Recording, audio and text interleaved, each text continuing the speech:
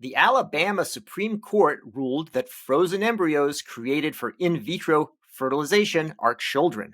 The immediate result is to stop IVF in Alabama and put Republicans who work to overturn Roe v. Wade on the defensive. What are the broader implications of this ruling? And what does it mean to be pro-life but anti-IVF?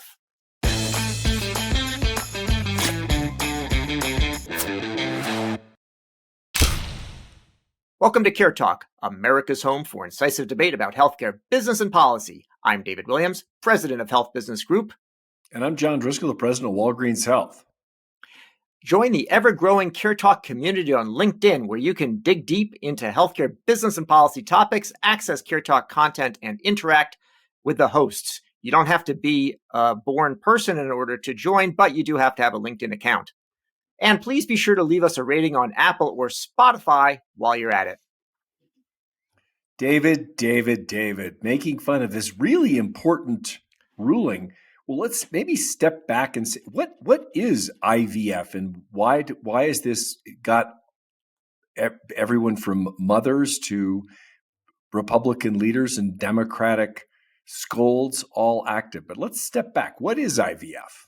So, John, IVF is in vitro fertilization, and it's a so-called, test tube babies, where the embryo is created outside of the womb by bringing a sperm and an egg together, nurturing it, and then being able to implant it for a regular pregnancy. That's in vitro fertilization. So the in vitro is sort of in glass, and then that's where fertilization occurs, and then is carried to term in the normal way. And it's a pretty complicated for a lot of families, husbands and wives, the people who want to be parents. It has been a game changer because it has allowed patients who are going through like cancer therapy, where they can become infertile, to actually be able to preserve their ability to have kids. It's created as, particularly as parents are more typically getting older, the ability to have kids is becoming more challenged. It just allows them to kind of freeze their healthier eggs earlier, and potentially, if they're having a hard time getting pregnant, be more targeted and thoughtful by going through hormonal treatments to make those less fertile parents more fertile. So it's really been a game changer across everything from cancer patients to older parents to others who have a really hard time having kids in the first place. And I think 2% out of all births in the United States are IVF, but 70% of even the Republicans are in favor of supporting IVF. So once we've established, okay, this is an elemental part now of the way many parents preserve the ability to have kids or have kids. What's up with this Alabama ruling? Yeah. John, you're right. I'll answer the Alabama question, and then we can go back maybe to some of these broader topics. So what happened here is that there is, as a part of the anti-abortion movement and the determination to try to overturn Roe versus Wade, is the concept that life begins at conception, and therefore you can't destroy a life in the womb because it's already been conceived. And then what's happened in some states, including Alabama, is that concept has been extended to say not just, does life begin, but that a person, that a fetus is the same as a person. So the sort of fetal personhood movement is what's happened. Now, what happened in Alabama is that some couples sued a hospital because they had frozen embryos there that were destroyed. And originally this case was thrown out. But then the judges actually said, well, there's a statute that says that you're allowed to sue for wrongful death of a child. And that applies to an unborn child as well. And that there's no exception for what they called extrauterine children, meaning a fetus that is, still in vitro, is not actually implanted. And that still counts as a child, an embryo, just as much as a fetus in the womb, and just as much as a person walking the earth. So that's how it kind of started. And that's only possible because of Roe versus Wade, because before Roe versus Wade was overturned, you would have said, well, Alabama may say that, a fetus is a child, but that's not the case. But the Dobbs decision, which is the Supreme Court decision that that sort of overturned Roe v. Wade and really undermined the universal access that was embedded in the Supreme Court's decision around privacy. And once that was overturned, there's a number of pieces of argument in that decision, which was a majority decision of the Supreme Court, which permits the states now to regulate abortion and in a much more as restrictive a way as they'd like. That sort of almost presaged this, but it's really a substantial reversal of where society has been for honestly the last 30 years. Yeah. Well, John, I think what's happened is you can understand, I can see the logic where if you consider, okay, you shouldn't harm a child. And then if you consider that you shouldn't harm a fetus, and then if that means a fetus is a child, and if a fetus is a child, then an embryo is a child. So why would life begin, any later than that? Why would it begin with the implantation? So that's a logic if you take it from that way. If you look at it from the other side, the newspapers started to interview people that have been affected by this directly, because one thing that's happened is IVF has stopped, right? And I'll mention a person's name only because I think it's worth mentioning that there's like specifics there. So one person quoted in the paper is somebody named Megan Legursky. She was pregnant after being implanted with an embryo that was created through IVF, but then she had a miscarriage. So she and her partner have 3 more frozen embryos, which they'd like to try to get pregnant with. And she said, we have 3 frozen embryos. We don't have 3 children, right? Nobody thinks that she has a child in the sense of raising them, sending them to school, etc. And I think that's where you have this tremendous clash. So on the one hand, you can say, okay, well, if a fetus is a person, which people have started to understand, then I can go all the way back. But if you say, well, what is a child? The essence of a child, is not that it's an embryo. Well, I think this goes back to there are very different religious beliefs regarding when life begins. The Catholic Church has been very consistent, for example, in criticizing even the idea of an IVF birth being permitted. Most Protestant Christian religions actually are supportive of it, and the vast majority of evangelicals who are predominantly anti-abortion in general are supporters of IVF. So you have a real range of opinions that are passionately held. And then, of course, you've got the rest of society where the majority of even, before you get into the details, of Republicans and Democrats support some elemental rights of women to choose, to have control over their body and birth. They differ on, obviously, based on the politics of how broad that flexibility or control is. But the Dobbs decision does not reflect the majority opinion of most Americans, not even most Republicans. And now, but embedded in that is this notion that a fetus is a genetically unique person that has the rights and privileges of someone who's actually alive and kicking. And it becomes maybe we delve into why that's so problematic from an IVF perspective, because I think it's really important that people understand the details here. A lot of folks who are, it's because of the potential for the providers of IVF therapy in Alabama to be prosecuted for murder, effectively. They have stopped actually providing those services. The clock's ticking for a number of people who are trying to get pregnant and trying to preserve their ability to get pregnant. So that's a problem in the state for women and parents who want to be parents in the state. The other thing is that this case surrounds the notion of destroyed embryos, and the reality is that most of the process for people making healthy fertilized eggs is actually kind of complicated. So you often have a number of the embryos that are either have severe genetic abnormalities and challenges, or they don't survive. And now that you're referring to an embryo as a person, how does one think about that? Does that mean you have to shoot for one embryo at a time? Anytime there is hormonal treatment for women, and the extraction of the fertilized egg. There's surgical risks there. So we've basically, if this ruling holds, considerably increased the risk, the medical risk for the women. We've reduced the number of shots on goal, if you will, because you don't shoot for as many eggs if you think that some of them might be destroyed. And you now get into the difficult area of what you do, what happens to those eggs, which one can actually now test for severe, in some cases lethal genetic abnormalities. Is that a person? You get into really, it's harder for the moms. It's more problematic in terms of their health.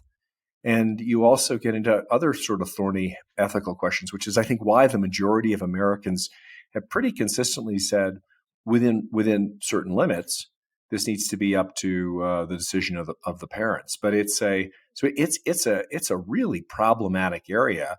And yet there is currently Speaker Johnson, our remarkably conservative Speaker of the House of Representatives, is actually one of the co-sponsors of a bill that would embed this as part of federal law for the country. So I think we're kind of hurtling towards sort of some radical legal changes that could be really problematic, particularly for parenting, for young parents who are having challenges. Well, John, you're absolutely right. There's a lot of complexity here.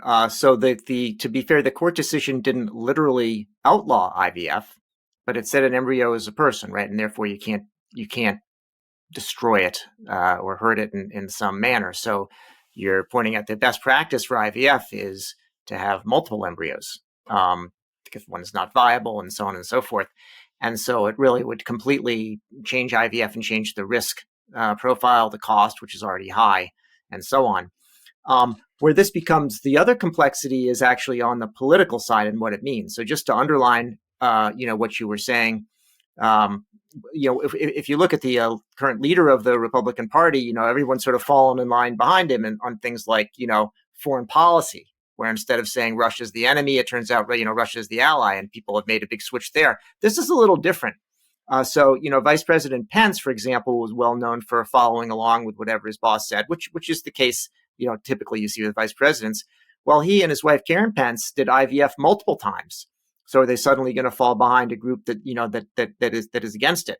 So at the same time that you've got candidates, including the front runner in the Republican Party, saying, no, we favor IVF, although they're also saying, of course, Roe versus Wade were against and actually, managed to get rid of it, unlike others. And then you've got this person in second place saying, well, embryos are people, but, she supports IVF, or maybe she does, maybe she doesn't.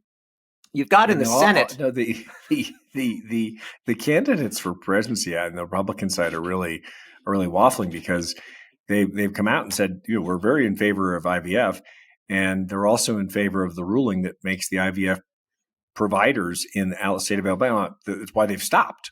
So it's you can be for it in general, but not in a way that perhaps the providers can actually provide the service.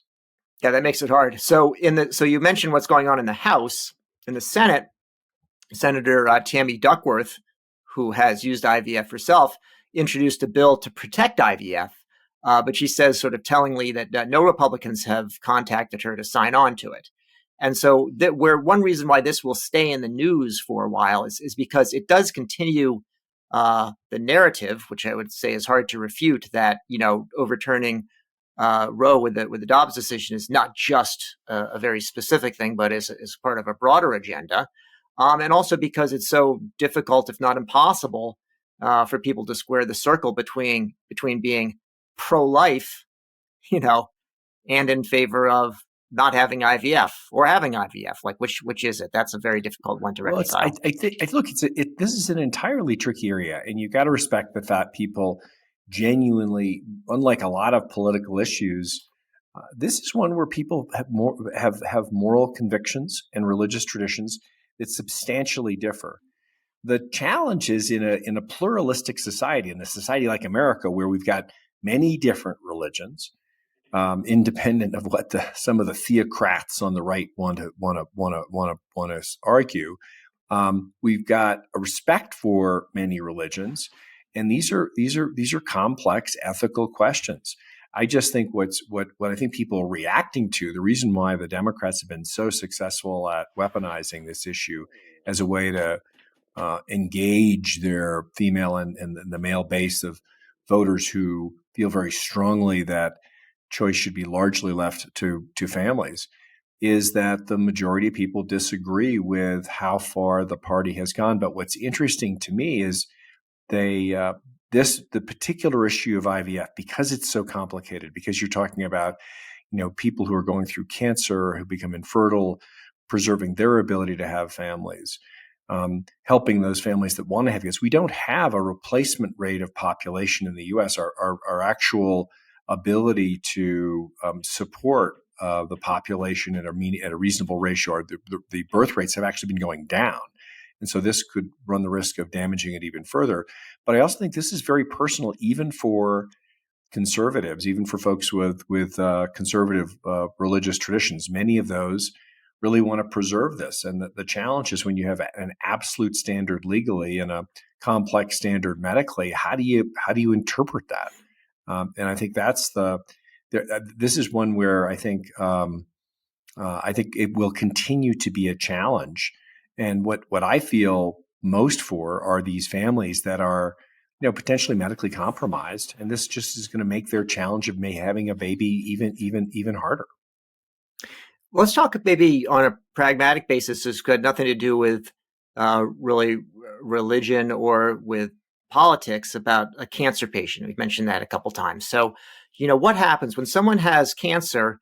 Used to be you just focus on how to survive. Now, what's happened is, first of all, we seem to have this trend of younger people getting cancer. So people who maybe haven't had children yet.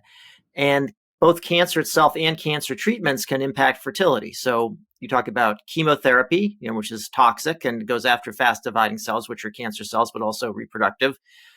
Radiation, which of course is dangerous, and then surgery, which actually, may remove certain organs that would not enable you to have kids, both for men and for women. And so that can impact fertility or hasten menopause.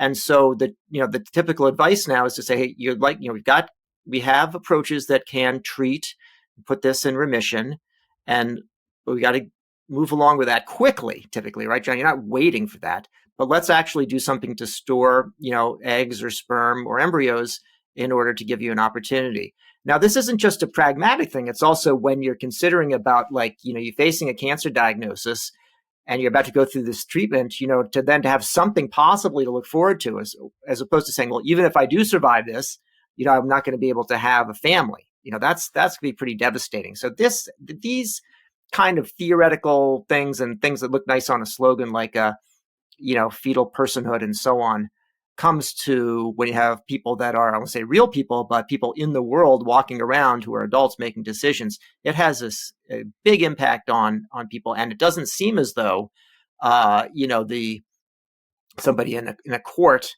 in a state, should be able to make that much of a dramatic change to somebody. Again, we're in a very different world. I mean, in the last 10, 15 years, you've seen cancer rates increase for people under 50. You've got all instances of cancer, but early onset breast cancer is up 8%. Early onset GI cancer is up 15%. And the protocols we have to take care of those folks, many of whom are of childbearing age, includes, to your point, the therapies that kill the ability that either through early onset menopause or just through the toxic effects, you do sort of eliminate or substantially eliminate the ability to have kids. The IVF was a game changer for them. And now to take that away, make it more problematic, make it more medically challenging and potentially risky, it just seems unfair. I think this is going to be a tricky one, David, because I think that there is going to be some really interesting federal state back and forth, because even though certain folks feel that there needs to be absolute rights and eliminations and clarity on this, the reality of the complexity of the medicine and the medical outcomes here are going to be a challenge, and you see that in the majority. Even though the Republican Party, one party, has been very consistent in pushing for personhood and protections for what they consider all forms of life, even their supporters are very mixed on whether the solutions match the problem. I mean, I think unfortunately this is one where the simplicity of legal doesn't do a very good job with the complexity of healthcare. John, I think maybe to finish up here, in the near term, I do believe we're going to see more rulings that are like this. There's 14 other states that have fetal personhood bills in one form or another. That are either that have been introduced, and some getting ready for enactment. There'll be other state courts that are like this, and I think that'll have the impact on the campaign here in 2024. I think longer term there'll be a shift back. Probably with more moderation, and depending on how this personhood thing works out, if the frozen embryos are allowed to register to vote, then their opinions may eventually come to the fore as well when they turn 18. I mean, and then you're seeing now potential prosecutions of people helping people travel. I think you're absolutely right. This is one where we are just at the beginning innings of this debate and the politics around this. And I think, our job is to help people understand what the healthcare consequences and implications are. But it's going to be interesting to see how this one plays out across the country. It's fair to decide, John. And I said that was the last question. It is, but your point you're just making about restrictions on travel and so on, about keeping somebody within one state versus another. Overturning Roe versus Wade has incredibly broad implications, and not just for abortion. In any case, that's it for yet another episode of CareTalk. We've been talking about the recent Supreme Court ruling in Alabama and the implications on IVF and beyond. I'm David Williams, president of Health Business Group. And I'm John Driscoll, president of Walgreens Health. Hopefully, we've helped you understand some of the implications of this complex issue. But if you like what you heard or you didn't, we'd love you to subscribe on your favorite service. Thanks for listening.